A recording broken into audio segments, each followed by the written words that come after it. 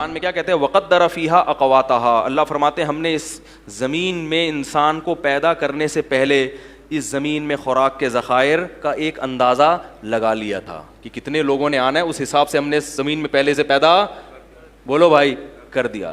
تو اب خواتین کو چاہیے اپنی صحتوں پہ بھی ترس کھائیں. جو موٹاپا چڑھ رہا ہے اتنا زیادہ، یہ نسل روکنے سے چڑھ رہا ہے.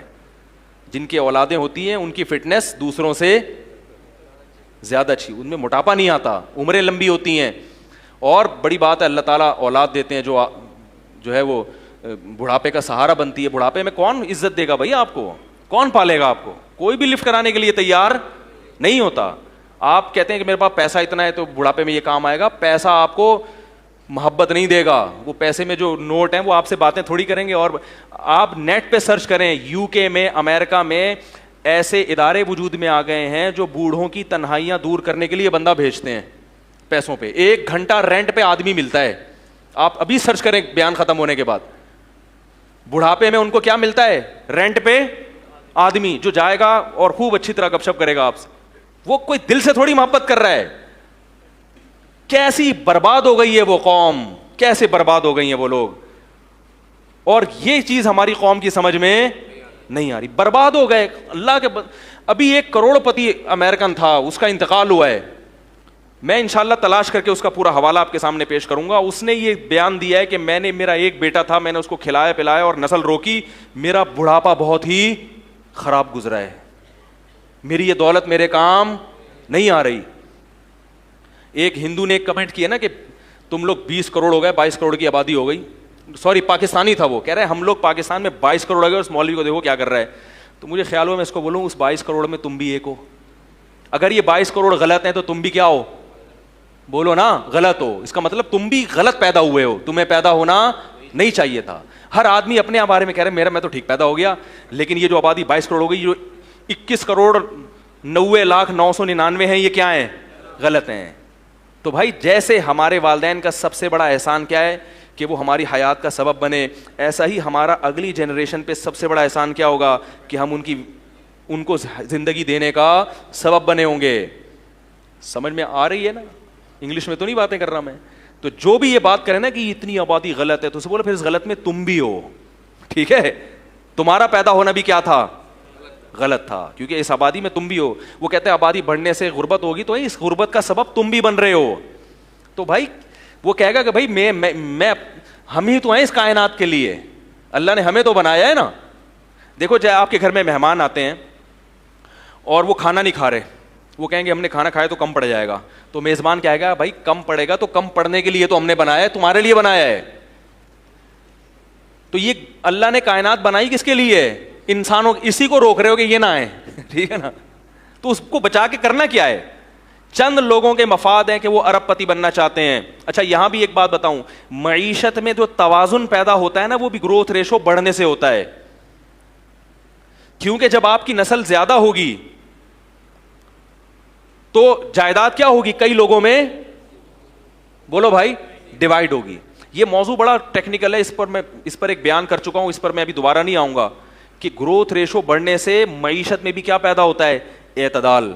یہ بڑا زبردست، اس میں اگر آپ ابھی دلائل دینا شروع کروں آپ حیران ہو جائیں گے کہ واقعی مولوی صاحب بڑی زبردست بات ہے. لیکن ابھی موضوع کیا ہو جائے گا؟ بالکل چینج ہو جائے گا. اور ایک آخری سے آخری بات نکلتی ہے، ایک اور بات یہ کہ یہ جو نسل روکنے کا تصور آیا ہے نا، اس سے جو جاہل خاندان ہے نا ان میں اضافہ ہوتا ہے، اور ایجوکیٹڈ لوگ معاشرے میں کیا ہو جاتے ہیں؟ اچھے خاندان کم. یہ انگریز نے لکھی ہے بات. اس نے لکھا فیملی پلاننگ کے نظریات سے متاثر ہونے والے زیادہ تر ایجوکیٹڈ لوگ ہیں. اچھی فیملیاں جو ہے نا وہ زیادہ متاثر ہوتی ہیں، کیونکہ وہ چاہتے ہیں کہ بھائی ہمارے بچے بالکل بہت ٹائٹ قسم کے 2 ہوں لیکن تمیز کے ہوں. یہ گنتیاں سکھائی گئی ہیں. ان کا خیال ہے کہ 10 تمیز کے ہو ہی نہیں سکتے، حالانکہ ایسا نہیں ہے. تربیت کرو گے تو 10 بھی تمیز کے ہوں گے، نہیں کرو گے تو ایک بھی چور پیدا ہوگا. حقیقت ہے. آپ بڑے ملک کے بڑے بڑے چور ہیں نا، ان کے ابا اماں کی رپورٹ دیکھیں، ان میں آپ کو 10 والے بھی ملیں گے اور اکلوتے بھی ملیں گے. تو یہ بہت اہم پوائنٹ کی بات ہے، اس کو سمجھیں کہ جب میں نے بتا چماٹ مار دوں گا میں اگر تھوڑا سا پیچھے رہوں مذاق کر رہا ہوں. تو یہ ایسے یوں کر کے نا بیٹھا ہوا تھا، یوں کر کے. تو مجھے کسی بات پہ غصہ آتا تو میں نے کہا ایسا نہ ہو آپ کو لگا دوں گا کھینچ کے. تو کیا کہہ رہا تھا یار میں؟ ہاں ایک گورے نے یہ بات لکھی ہے اور بالکل صحیح لکھی ہے. ایک گورے کی بتاؤں گا اور ایک سانولے کی بھی بتاؤں گا, یعنی اپنی, ہم لوگ سانولے ہیں نا, نہ ادھر کے نہ ادھر کے, ٹھیک ہے نا. گورے نے یہ بات لکھی ہے کہ یہ جو گروتھ ریشو, جب یہ جو فیملی پلاننگ کی مہم جب چلتی ہے کہ 2 بچے ہی اچھے, تو چونکہ اس سے زیادہ تر ایجوکیٹڈ لوگ متاثر ہوتے ہیں.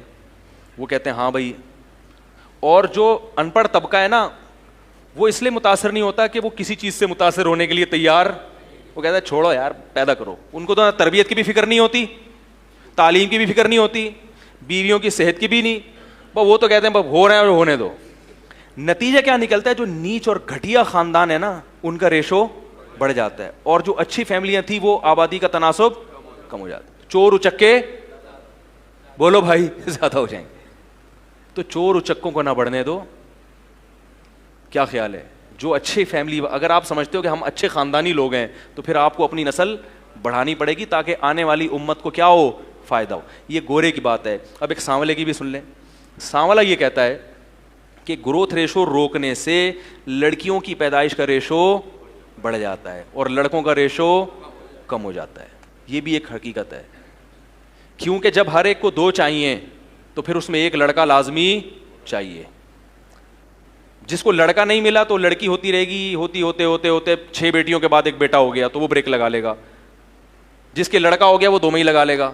تو لڑکیوں کی تعداد تو 6 8 8 پہنچے گی, لڑکوں کی, تو یہ نیچرل جو ریشو ہے نا لڑکے اور لڑکیوں کا, یہ کیا ہو جائے گا, خراب ہو جائے گا, ڈسٹرب ہو جائے گا بہت بری طرح. پھر بیٹیوں والے پھریں گے رشتے تلاش کرتے, ہائے وہی مل نہیں رہا, ہائے یہ نہیں ہو رہا, ہائے وہ نہیں ہو رہا. زنا بھی پھیلے گا معاشرے میں. یہ ہو رہا ہے. انڈیا اور چائنا کا میں کئی دفعہ بتا چکا ہوں کہ وہاں لڑکیوں کا ریشو کم کیوں ہے, حالانکہ وہاں بھی فیملی پلاننگ ہے, اس لیے کہ وہ ماں کے پیٹ میں بچی کو, تو یہ ظلم کرو گے تو پھر تو ہوگا, لیکن اسلام اس ظلم کی اجازت نہیں دیتا. بچی کو پیٹ میں مار نہیں سکتے. تو یہ بھی ایک ٹینشن ہے. جب پہلے بڑھتا تھا نا گروتھ ریشو, پہلے لوگ جانتے ہی نہیں تھے, تو کیا ایک خاتون کے 6 بیٹیاں ہو گئیں تو دوسرے کے 6 بیٹے ہو گئے. کیا خیال ہے؟ تو وہ بھائی اس کے 6 بیٹیاں بوجھ نہیں بنتی تھی بھائی, وہ ان چمونی آپا کے بھائی وہ 6 بیٹے اللہ نے اس کو دیے, اور وہ دوسری آپا ہیں ان کے کتنے بیٹیاں ہی بیٹیاں ہو رہی, تو کوئی بات نہیں, ان کے 6 بیٹیاں, ان 6 بیٹے سے ہو گئی شادی. اب کیا ہو رہا ہے, ان کے 6 تو ہو گئی لڑکے کی لالچ میں, ان کے بیٹے 1 2 سے زیادہ نہیں ہے, تو کس کو پہنائیں گی بھائی یہ بیٹیاں؟ نہیں آ رہی بات. تو یہ باتیں آپ کو میڈیا نہیں بتائے گا میرے بھائی, یہ باتیں آپ کو مولوی کے علاوہ, بولو بھائی, کیونکہ مولوی صاحب کو تقریر کے پیسے نہیں ملتے. اور پھر بھی خواتین نے اگر نیگیٹو کمنٹس کرنے ہیں تو دل کھول کے کریں, صحیح ہے نا. ہمیں یہ سمجھا ہوا ہے, میں نے آپ کو کچھ بھی نہیں سمجھا ہوا, کیونکہ مجھے زندگی میں اتنی گالیاں, لاکھوں کے حساب سے گالیاں پڑی ہیں خواتین کی طرف سے. حالانکہ میں خواتین کے حق میں بات کر رہا ہوں, ایسی بات کر رہا ہوں جو ان کی صحت کے لیے بھی مفید ہے, اور ان کے, عورت تو بچوں پہ ہی تو حکومت کرتی ہے, وہ اصل حکومت عورت کی کس پہ ہوتی ہے, اولاد پہ ہوتی ہے. اسی سے آپ نے اس کو محروم کر دیا, جاب کرو جاب, بس جاب کرو جاب. پیسہ بھائی ہر چیز کا علاج نہیں ہے.